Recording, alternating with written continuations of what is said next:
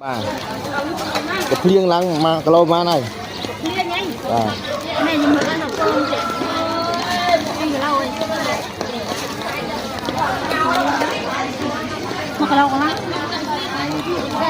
mà nó thấy cái cay nè nó o tiêu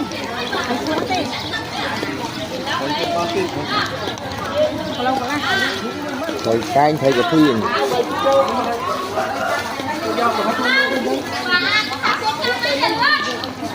là xa phải mai ở đây liêng phê cho mình sờ bầu sờ bái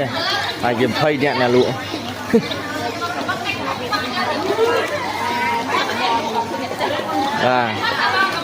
ở đây đó từ nay biết nhẹ lụa thấy không sao sờ